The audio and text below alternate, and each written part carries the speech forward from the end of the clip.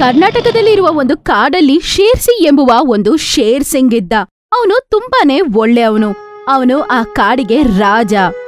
ಎಲ್ಲಾರು ಅವನನ್ನ ನೋಡಿ ಭಯಪಟ್ರು ಕೂಡ ಅವನು ಎಲ್ಲಾರ್ಗೂ ತುಂಬಾನೇ ಒಳ್ಳೇದನ್ನ ಮಾಡ್ತಿದ್ದ. ಅದು ಮಾತ್ರ ಅಲ್ಲದೆ ಎಲ್ಲಾರ್ಗೂ ಅವನು ಸಹಾಯ ಕೂಡ ಮಾಡ್ತಿದ್ದ. ಒಂದ್ಸಲ ಅದು ಕಾಡೊಳಗಡೆ ನಡ್ಕೊಂಡು ಹೋಗ್ತಿರುವ ಸಮಯದಲ್ಲಿ ಹಸುವಿನಿಂದ ನರಳಾಡುತ್ತಿದ್ದ ಒಂದು ಹುಲಿ ಒಂದು ತಪಸ್ವಿ ಬಾಬಾನ ತಿನ್ನಕ್ಕೋಸ್ಕರ ಹೋಗ್ತಿರುತ್ತೆ. ಅದೇ ಸಮಯದಲ್ಲಿ ಇದನ್ನ ನೋಡಿದ ಶೇರ್ಸಿ ಬಾಬಾನ ಹೆಂಗಾದ್ರೂ ಕಾಪಾಡ್ಬೇಕು ಅಂತ ಅನ್ಕೋತಾನೆ. ನಿಲ್ಲೋ ಅಲ್ಲೇ. ನೋಡು ಶೇರ್ ಸಿಂಗ್, ನನಗ್ ತುಂಬಾ ಹಸುವಾಗಿದೆ, ಅಡ್ಡ ಬರ್ಬೇಡ. ನೋಡ್ ಬಗೀರಾ, ಇವ್ರ ತಪಸ್ವಿ, ಇವ್ರನ್ ಕೊಲ್ಲೋದು ದೊಡ್ಡ ಪಾಪ. ಈ ಬಾಬಾನ ನೀನು ಮುಟ್ಟಿದ್ರೆ ನಿನ್ನನ್ ಕೊಂದು ಬಿಡ್ತೀನಿ ನಾನು. ಶೇರ್ಸಿ ಬಾಬಾನ ಕಾಪಾಡಕ್ಕೆ ಪ್ರಯತ್ನ ಪಡ್ತಿದ್ದಾನೆ ಅಂತ ಬಾಬಾಗೆ ಚೆನ್ನಾಗ್ ಅರ್ಥ ಆಗ್ಬಿಡುತ್ತೆ. ಶೇರ್ಸಿನ ನೋಡಿ ಭಯ ಪಟ್ಕೊಂಡು ಆ ಹುಲಿ ಅಲ್ಲಿಂದ ಓಡೋಗ್ಬಿಡುತ್ತೆ. ಶೇರ್ಸಿ ಬಾಬಾನ ನೋಡಿ ಹೀಗನ್ನುತ್ತೆ, ನಮಸ್ತೆ ಬಾಬಾ. ಆಯುಷ್ಮಾನ್ ಭವ. ಬಾಬಾ, ಈ ಕಾಡಲ್ಲಿ ನಿಮಗೆ ಭಯ ಆಗೋದಿಲ್ವಾ? ನಾನೊಬ್ಬ ಸಾಧು, ನನಗೆ ಯಾರ ಹೆದ್ರಿಕೆ? ಬಾಬಾ, ಇಲ್ಲಿ ತುಂಬಾ ಕ್ರೂರ ಪ್ರಾಣಿಗಳಿವೆ. ನಿಮ್ಮನ್ನ ನಾನು ಹೇಗೆ ಯಾವಾಗ್ಲೂ ಕಾಪಾಡೋಕ್ಕಾಗತ್ತೆ ಹೇಳಿ? ಶೇರ್ ಸಿಂಗ್, ನೀನು ತುಂಬಾ ಒಳ್ಳೆಯ ಸಿಂಹ. ನಾನ್ ನಿನ್ನಿಂದ ಖುಷಿಯಾಗಿದ್ದೀನಿ. ಅದಕ್ಕೆ ನಿಂಗೊಂದ್ ವರ ಕೊಡ್ತೀನಿ. ವರನ? ಯಾವ ವರ ಬಾಬಾ? ನೀನೊಬ್ಬ ಒಳ್ಳೆ ಸಿಂಹ, ನಿನಗ್ ನಾನು ರೂಪ ಬದಲಾವಣೆ ಆಗೋ ಸಿಂಹ ಶಕ್ತಿ ಕೊಡ್ತೀನಿ. ಇದ್ರಿಂದ ಏನಾಗುತ್ತೆ ಬಾಬಾ? ಇದ್ರಿಂದ ನೀನು ಯಾರ ರೂಪ ಬೇಕಾದ್ರೂ ತಾಳಿ ಯಾರನ್ ಬೇಕಾದ್ರೂ ಸಹಾಯ ಮಾಡ್ಬೋದು. ನೀವ್ ಹೇಳಿದಾಗೆ ಆಗ್ಲಿ ಬಾಬಾ. ಓಂ ಹೀಂ ಕ್ಲೀಂ ಚಾಮುಂಡಾಯೈ ನಮಃ ಫಟ್ ಸ್ವಾಹಾ. ಬಾಬಾ ಒಂದು ಮಂತ್ರವನ್ನು ಹೇಳಿ ಆ ಶೇರ್ನ ಒಂದು ಇಚ್ಛಾಧಾರಿ ಶೇರ್ ಆಗಿ ಬದಲಾಯಿಸ್ತಾನೆ. ಈಗ ಅದಕ್ಕೆ ಯಾವ ರೂಪ ಬೇಕಾದ್ರೂ ಆ ರೂಪಕ್ಕೆ ಬದಲಾಗೋ ಒಂದು ಶಕ್ತಿ ಇದೆ. ನಾನೀಗ ಯಾರ ರೂಪ ಬೇಕಾದ್ರೂ ತಕೊಳ್ಬಹುದಾ ಬಾಬಾ? ಹೌದಪ್ಪ. ಹೇ ಮಾಯೆ, ನಾನು ವಿಕ್ರಮ್ ರಾಜ ಆಗ್ಬೇಕು. ರಾಜರಾಗಿ ಬದಲಾಗ್ಬೇಕು ಅಂತ ಅನ್ಕೊಂಡಿರುವ ಶೇರ್ ತಕ್ಷಣ ವಿಕ್ರಮ್ ರಾಜನಾಗಿ ಬದಲಾಗ್ತಾನೆ. ವಾಹ್, ನಾನು ಮನುಷ್ಯ ಆಗಿದ್ದೀನಿ. ನಾನೀಗ ಯಮರಾಜ ಆಗಬೇಕು. ಯಮರಾಜನಾಗಿ ಬದಲಾಗ್ಬೇಕು ಅಂತ ಅನ್ಕೋತಾನೆ. ತಕ್ಷಣ ಯಮರಾಜನಾಗಿ ಬದಲಾಗ್ತಾನೆ. ಒಳ್ಳೆದಾಗಿದೆ. ನಾನೀಗ ಸಿಂಹ ಆಗ್ಬೇಕು ಮತ್ತೆ. ಬಾಬಾ, ನೀವಂತೂ ಮ್ಯಾಜಿಕ್ ಮಾಡ್ಬಿಟ್ರಿ. ಒಳ್ಳೇದ್ ಮಾಡಿದೀನಿ. ಆದ್ರೆ ನನಗೊಂದು ಮಾತು ಕೊಡು, ನೀನಿದನ್ನ ಕೆಟ್ಟದಕ್ಕೆ ಯೂಸ್ ಮಾಡಲ್ಲ ಅಂತ. ನಾನ್ ನಿಮಗೆ ಆಣೆ ಮಾಡ್ತೀನಿ ಬಾಬಾ. ತಥಾಸ್ತು.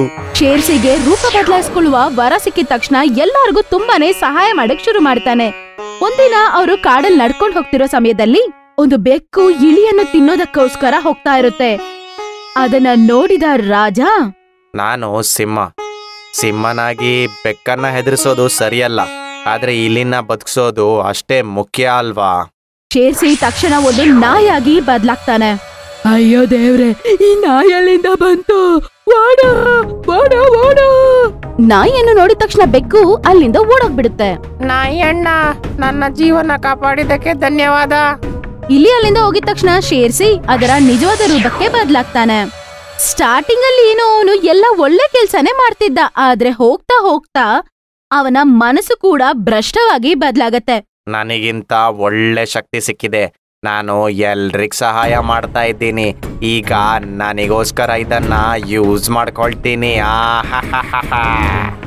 ಶೇರ್ಸಿ ಕಾಡೊಳಗಡೆ ಹೋಗ್ತಿರೋ ಸಮಯದಲ್ಲಿ ಹುಲಿ ಒಂದು ಜಿಂಕೆನ ಬೇಟೆಯಾಡಿ ಅದು ತಿಂತಾ ಇರುತ್ತೆ. ಆಗ ಶೇರ್ಸಿ ಮನಸ್ಸಲ್ಲಿ ಹೀಗಂತ ಅನ್ಕೋತಾನೆ, ಈ ಹುಲಿ ಆ ಜಿಂಕೆನ ಎಷ್ಟು ಚೆನ್ನಾಗಿ ತಿಂತಿದೆ, ಇನ್ನು ನಾನದನ್ ತಿಂತೀನಿ.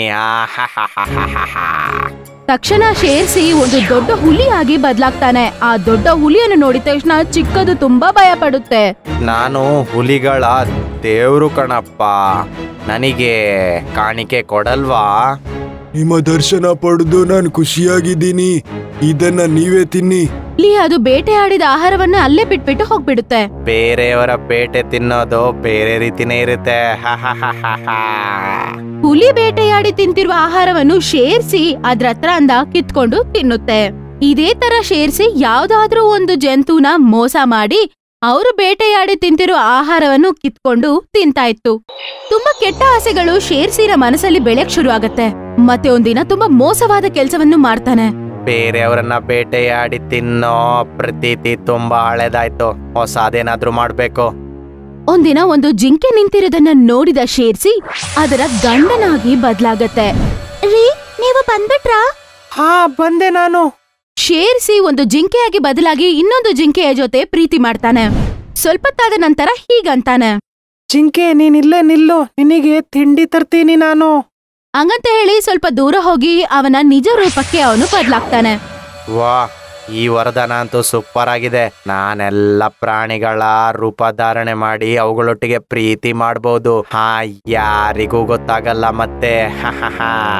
ತುಂಬಾ ದಿನ ಶೇರ್ ಇದೇ ತರ ಕೆಟ್ಟ ಕೆಲ್ಸ ಮಾಡ್ತಾ ಇರ್ತಾನೆ. ಒಂದಿನ ಒಂದು ಹೆಣ್ಚೀತಾ ನಿಂತ್ಕೊಂಡಿರುತ್ತೆ. ಅದನ್ನ ನೋಡಿ ಅದರ ಗಂಡನಾಗಿ ಬದಲಾಗ್ತಾನೆ ಶೇರ್ಸಿ. ಏನೇ, ಎಷ್ಟು ಚೆನ್ನಾಗಿದ್ಯಾ ನೀನು, ಐ ಲವ್ ಯು. ಸ್ವಲ್ಪ ಹೊತ್ತು ಆ ಹೆಣ್ಚೀತಾ ಜೊತೆಗೆ ಪ್ರೀತಿ ಮಾಡ್ತಾನೆ. ಆಮೇಲೆ ಹೀಗಂತಾನೆ, ಡಾರ್ಲಿಂಗ್, ನಿನಗೋಸ್ಕರ ನಾನು ಜಿಂಕೆನ ಹೊಡೆದಿಟ್ಟಿದ್ದೀನಿ. ಈಗ ಹೋಗಿ ಅದನ್ನ ತರ್ತೀನಿ, ನಿಲ್ ನೀನು. ಸ್ವಲ್ಪ ದೂರ ಹೋದ ನಂತರ ಅವನು ಅವನ ನಿಜವಾದ ರೂಪಕ್ಕೆ ಬದಲಾಗ್ಬಿಡ್ತಾನೆ. ಸ್ವಲ್ಪ ತಾದ ನಂತರ ಹೆಣ್ಚೀತಾವಿನ ಗಂಡ ಬರ್ತಾನೆ. ನನ್ಗೋಸ್ಕರ ಆಹಾರ ತರ್ತೀನಿ ಅಂತ ಹೇಳಿದ್ರಿ? ಡಾರ್ಲಿಂಗ್, ನಾನು 2 ದಿನದಿಂದ ಬೇಟೆಯಾಡಿ ಬಂದೆ, ಏನೋ ಸಿಕ್ಕಿಲ್ಲ ನಂಗೆ. ಸ್ವಲ್ಪ ಹೊತ್ತು ಮುಂಚೆನೆ ಅಲ್ವಾ ನನ್ನ ನೀವು ಪ್ರೀತಿ ಮಾಡಿ ನಿನ್ಗೋಸ್ಕರ ಜಿಂಕೆ ಬೇಟೆಯಾಡಿ ತರ್ತೀನಿ ಅಂತ ಹೋದ್ರಿ?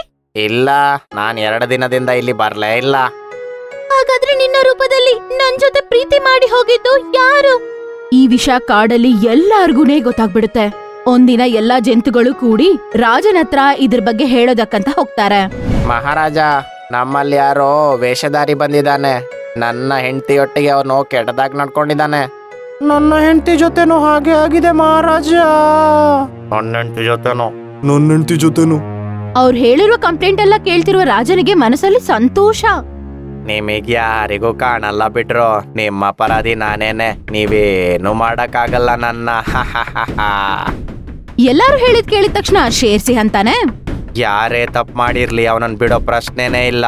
ನೀವು ಆರಾಮಾಗಿ ಹೋಗಿ ನಿಮ್ಮ ಮನೆಯಲ್ಲಿ ರೆಸ್ಟ್ ತಗೊಳ್ಳಿ. ಈಗ ಎಲ್ಲಾರು ಶೇರ್ಸಿನ ನಂಬಿ ಎಲ್ಲಾರು ಅವ್ರವ್ರ ಮನೆಗೆ ಹೋಗ್ಬಿಡ್ತಾರೆ. ಮಾರನೇ ದಿನ ಶೇರ್ಸಿಗೆ ಒಂದು ಐಡಿಯಾ ಬರುತ್ತೆ. ನಾನು ಇಚ್ಛಾಧಾರಿ ಹಾವಿನ ಬಗ್ಗೆ ಚಿಕ್ಕದಿರುವಾಗ ಕೇಳಿದ್ದೆ. ನಾನು ಹಾವಾಗಿ ನಾಗಿಣಿಯೊಟ್ಟಿಗೆ ಮಜಾ ಮಾಡೋಣ. ಶೇರ್ಸಿ ಒಂದು ಇಚ್ಛಾಧಾರಿ ನಾಗಾಗಿ ಬದಲಾಗಿ ನಾಗಿನಿ ಜೊತೆಗೆ ಪ್ರೀತಿ ಮಾಡ್ತಾನೆ. ಅವನು ನಾಗಿನಿ ಜೊತೆಗೆ ಪ್ರೀತಿ ಮಾಡುವ ಅದೇ ಸಮಯದಲ್ಲಿ ಆಕಾಶದಲ್ಲಿ ಹದ್ದೊಂದು ಹಸುವಿನಿಂದ ನರಳಾಡ್ತಿರುತ್ತೆ. ಬೇಟೆಯಾಡಿ ಆಹಾರವನ್ನು ತಿನ್ನಕ್ಕೆ ಕಾಯ್ತಿರುವ ಆ ಹದ್ದು ಹಾವನ್ನು ನೋಡಿದ ತಕ್ಷಣ ಬೇಗ ಬಂದು ಬಾಯಲ್ಲಿ ಹಿಡ್ಕೊಂಡು ಹೋಗ್ಬಿಡುತ್ತೆ. ಅದ್ದೇ ನಾನು ಶೇರ್ ಸಿಂಗ್, ನಿಮ್ಮ ಮಹಾರಾಜ, ಕೆಳಗ್ ಬಿಡು ನನ್ನ. ನಾಗ್ ಹೇಳಿದ್ದು ಕೇಳಿದ ತಕ್ಷಣ ಹಾರ್ತಿರುವ ಆ ಹದ್ದು ಕೆಳಗಡೆ ಇಳಿಯುತ್ತೆ. ನಾಗನಾಗಿ ಬದಲಾಗಿರುವ ಹಾವು ಈಗಂತ ಹೇಳ್ತಾನೆ, ಹೇ ವರದಾನ, ನನ್ನನ್ನ ಮೊದ್ಲಿನಾಗ್ ಮಾಡು ನೀನು ಈಗ. ಹಂಗಂತ ಹೇಳಿದ ತಕ್ಷಣ ನಾಗ್ ಅದರ ನಿಜವಾದ ರೂಪಕ್ಕೆ ಬದಲಾಗಲ್ಲ. ನನ್ ಜೊತೆ ಏನಾಗ್ತಿದೆ ಈಗ? ನಾನು ಯಾಕೆ ಹಿಂದಿನ ತರ ಆಗ್ತಿಲ್ಲ? ಅಲ್ಲಿಗೆ ಎಲ್ಲಾ ಜಂತುಗಳು ಬಂದು ನೋಡ್ತವೆ. ಎಲ್ಲಾ ಜಂತುಗಳು ನೋಡುವ ಆ ಸಮಯಕ್ಕೆ ಆ ಹದ್ದು ಬಾಬಾವಾಗಿ ಬದಲಾಗುತ್ತೆ. ಹದ್ದು ಬಾಬಾ ಆಗಿ ಬದಲಾಗಿದ ತಕ್ಷಣ ಹಾವೇಳುತ್ತೆ, ಮಹಾರಾಜ, ನಾನು ಶೇರ್ ಸಿಂಗ್. ನೀವು ನನಗೆ ವರ ಕೊಟ್ಟಿದ್ರಲ್ವಾ, ಅವನೇ. ನಾನೀಗ ನನ್ನ ಹಳೆ ರೂಪಕ್ಕೆ ಬರೋಕಾಗ್ತಾ ಇಲ್ಲ. ಬಾಬಾ, ದಯವಿಟ್ಟು ನನ್ನ ಮೊದ್ಲಿನಾಗೆ ಮಾಡ್ಬಿಡಿ. ಇಲ್ಲ ಶೇರ್ ಸಿಂಗ್, ಇನ್ನು ನೀನು ಸಿಂಹ ಆಗಕ್ಕಾಗಲ್ಲ. ಆದ್ರೆ ಯಾಕೆ ಬಾಬಾ? ನಿನ್ನ ವಚನ ಮುರಿದಿದ್ಯಾ. ನಾನ್ ನಿನಗೆ ಹೇಳಿದ್ದೆ ಇದರ ತಪ್ಪು ಬಳಕೆ ಮಾಡಬಾರ್ದು ಅಂತ, ಆದ್ರೆ ನೀನು ಮಾಡ್ದೆ. ಇನ್ನಿದಕ್ಕೆ ತಿನ್ನು. ಕ್ಷಮಿಸ್ಬಿಡಿ ಬಾಬಾ ನನ್ನ. ಬಾಬಾ, ಬಿಡ್ಬೇಡ ಇವನನ್ನು, ಬೇಡ. ರಕ್ಷಕನೇ ಭಕ್ಷಕ ಆದ್ರೆ ಅವನನ್ನ ಕ್ಷಮೆ ಕೊಡಬಾರ್ದು. ಓಂ ಹೀಂ ಕ್ಲೀಂ ಚಾಮುಂಡಾಯೈ ನಮಃ ಪಟ್ ಸ್ವಹ. ಬಾಬಾ ಮತ್ತೆ ಹದ್ದಾಗಿ ಬದಲಾಗಿ ಆ ಹಾವನ್ನ ಚುಚ್ಚಿ ಚುಚ್ಚಿ ಸಾಯಿಸ್ಬಿಡ್ತಾನೆ. ಮತ್ತೆ ಅವರು ಅವರ ನಿಜವಾದ ರೂಪಕ್ಕೆ ಬದಲಾಗಿ ಹೀಗಂತಾರೆ, ನೋಡಿದ್ರ ಪ್ರಾಣಿಗಳೇ, ನೀವು ಒಳ್ಳೆ ಕೆಲ್ಸ ಮಾಡಿದ್ರೆ ನಿಮಗೆ ಒಳ್ಳೇದಾಗತ್ತೆ. ಅದಕ್ಕೆ ಒಳ್ಳೆ ಕೆಲ್ಸನೇ ಯಾವಾಗ್ಲೂ ಮಾಡಿ.